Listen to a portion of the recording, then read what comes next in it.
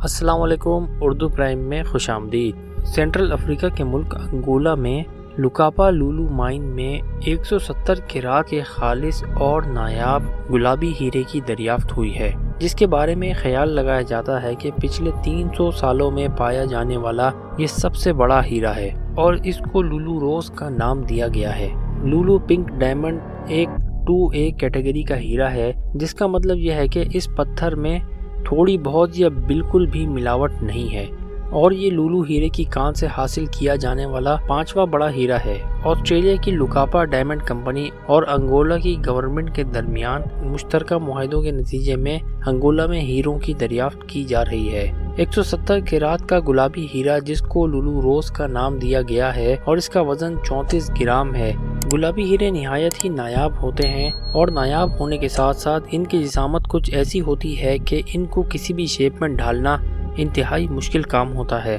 لوکاپا diamond company کا کہنا ہے کہ یہ لولو مائننگ پروجیکٹ میں سے نکلنے والا 27واں بڑا ہیرا ہے، جو کہ 100 کیرات سے زیادہ کا ہے۔ 2016 میں انگولا کی کان سے سب سے بڑا ہیرا دریافت ہوا تھا، جس کو 404 کیرات وائٹ سٹون کا نام دیا گیا تھا، اور جب 404 کیرٹ وائٹ سٹون کو فروخت کیا گیا تھا تو اس سے $16 ملین حاصل کیے گئے تھے، اور اطلاعات کے مطابق لولو روز کی اس سے بھی زیادہ قیمت پہ فروخت ہونے کی توقع ہے، کیونکہ ماضی میں بھی اس طرح کے ہیرے بہت زیادہ قیمتوں پہ بیچے جا چکے ہیں۔ 2017 میں 59.6 کیرٹ کا پنک سٹار 71.2 ملین امریکی ڈالر میں فروخت ہوا، جس سے یہ اب تک فروخت ہونے والا سب سے مہنگا ہیرا ہے۔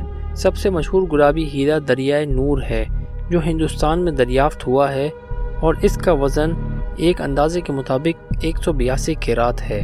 دوستوں، اگر بات ہیروں کی ہو رہی ہے تو کوہ نور کا ذکر کرنا تو بنتا ہے۔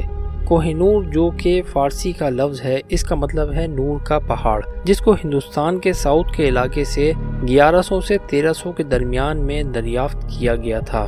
اس وقت اس کا وزن 186 کیرٹ تھا، لیکن اب اس کا وزن 105.6 کیرٹ ہے۔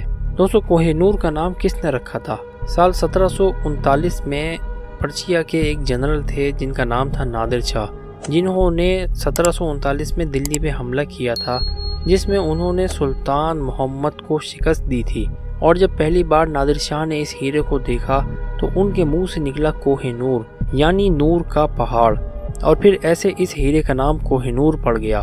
وہ اس کو اپنے ساتھ افغانستان لے گئے۔ پھر 20 جون 1947 میں نادر شاہ کو ان کے اپنے محافظ نے قتل کر دیا۔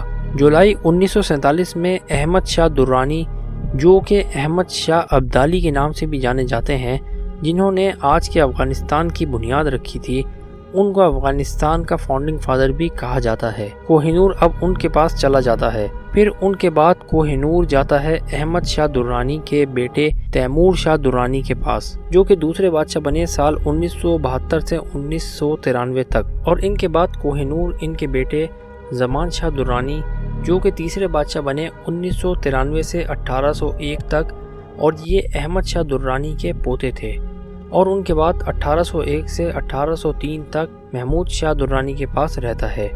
پھر 1803 سے 1809 تک شاہ شجاع درانی کے پاس چلا گیا۔